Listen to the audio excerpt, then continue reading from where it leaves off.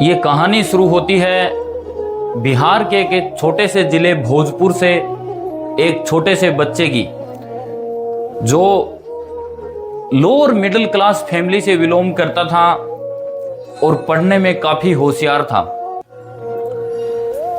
तो जब कोई लोअर मिडिल क्लास फैमिली में कोई बच्चा पढ़ने में काफी होशियार होता है तो माँ बाप और रिश्तेदारों की कुछ उम्मीदें उसके साथ जुड़ जाती हैं, और वो उम्मीद होती है कि पढ़ लिख कर बच्चा कुछ अच्छा करेगा।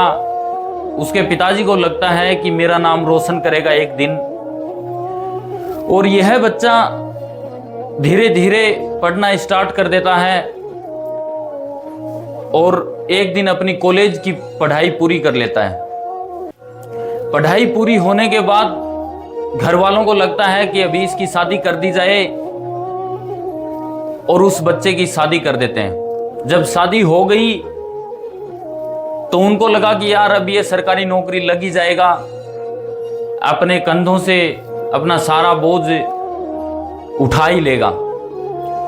लेकिन उस बच्चे को लगता है कि यार सब लोग बोलते हैं कि मैं 2 नंबर से रह गया, मैं 3 नंबर से रह गया, क्या वो लोग टैलेंटेड नहीं थे?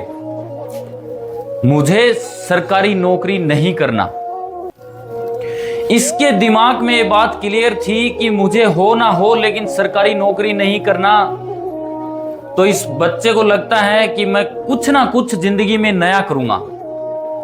किसी की भी जिंदगी में इस बात का क्लियर होना जरूरी है, मुझे क्या करना है उससे ज्यादा कि मुझे क्या नहीं करना। यही सोते सोते इसके दिमाग में आइडिया आया कि भोजपुर में कोई अच्छा स्कोप भी नहीं है, तो मुझे ये जगह छोड़ देनी चाहिए। और जिंदगी में जहां कहीं भी आप रह रहे हो और आपको लग रहा है कि यहाँ कोई अच्छा स्कोप नहीं है, कोई अच्छी इंडस्ट्री वगैरह नहीं है, तो उस जगह को आप तुरंत छोड़ दीजिए, देरी मत कीजिए। इस बच्चे के दिमाग में विचार आता है और ये अपनी पत्नी सारा के साथ सन 2012 में हिमाचल के सोलन जिले में आ जाता है। जब ये सोलन पहुंचा तो इसकी जेब में महज 13,000 रुपए थे और शहर बिल्कुल नया था। उससे पहले कभी ये जिंदगी में हिमाचल आया नहीं था। जब हिमाचल आ जाता है तो सबसे बड़ी नया एरिया होने के कारण इसके सामने सबसे बड़ी दिक्कत थी सर्वाइवल की। और इस चक्कर में ये दोनों पति पत्नी 4500 और 3500 रुपए में एक जॉब ढूंढ लेते हैं। वो जॉब थी कपड़े की दुकान, उस पर काम करना था। तो कपड़े की दुकान में भी इसने दिल लगाकर काम किया। पर्दे की फिटिंग वगैरह सब कुछ, कटिंग फिटिंग सब कुछ अच्छे से कर लेता था। इसका मालिक इसके काम से बहुत प्रभावित था।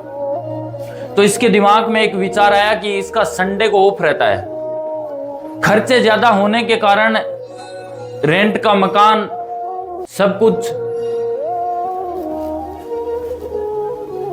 खरीद कर लाना था। तो इसने सोचा क्यों न संडे को मेरा ऑफ रहता है और मुझे कोई काम करना चाहिए। तो इसके दिमाग में एक विचार आया कि संडे को मैं कुर्तियों की सेल लगाऊंगा।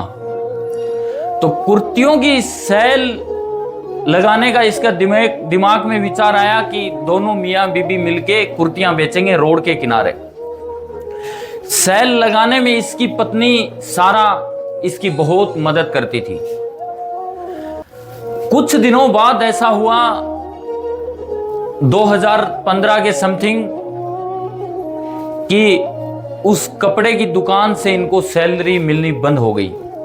और जब सैलरी मिलनी बंद हो गई तो इनके जीवन में एक विकट समस्या आ गई, और वो समस्या थी कि इनको खाने के भी लाले पड़ गए। महज 16,000 रुपए की सैलरी इनकी अटक गई और 27-28 दिनों तक इन लोगों ने बिल्कुल ना के बराबर खर्च करके अपना जीवन गुजारा, और यहां तक कि घर वालों को भी नहीं बताया। क्योंकि इसको पता था कि मैं अगर घर वालों को बताऊंगा तो घर वालों को टेंशन होगी, ये सब होते होते होते होते इसने दूसरी नौकरी खोदनी शुरू कर दी, और वो नौकरी थी फार्मा इंडस्ट्री में। वहां भी इसने कमाल की मेहनत की और अपना 100% दिया, तो वहां इसके मैनेजर वगैरह इसको साथ रखने लग गए और ये काम में बहुत आगे बढ़ता चला गया।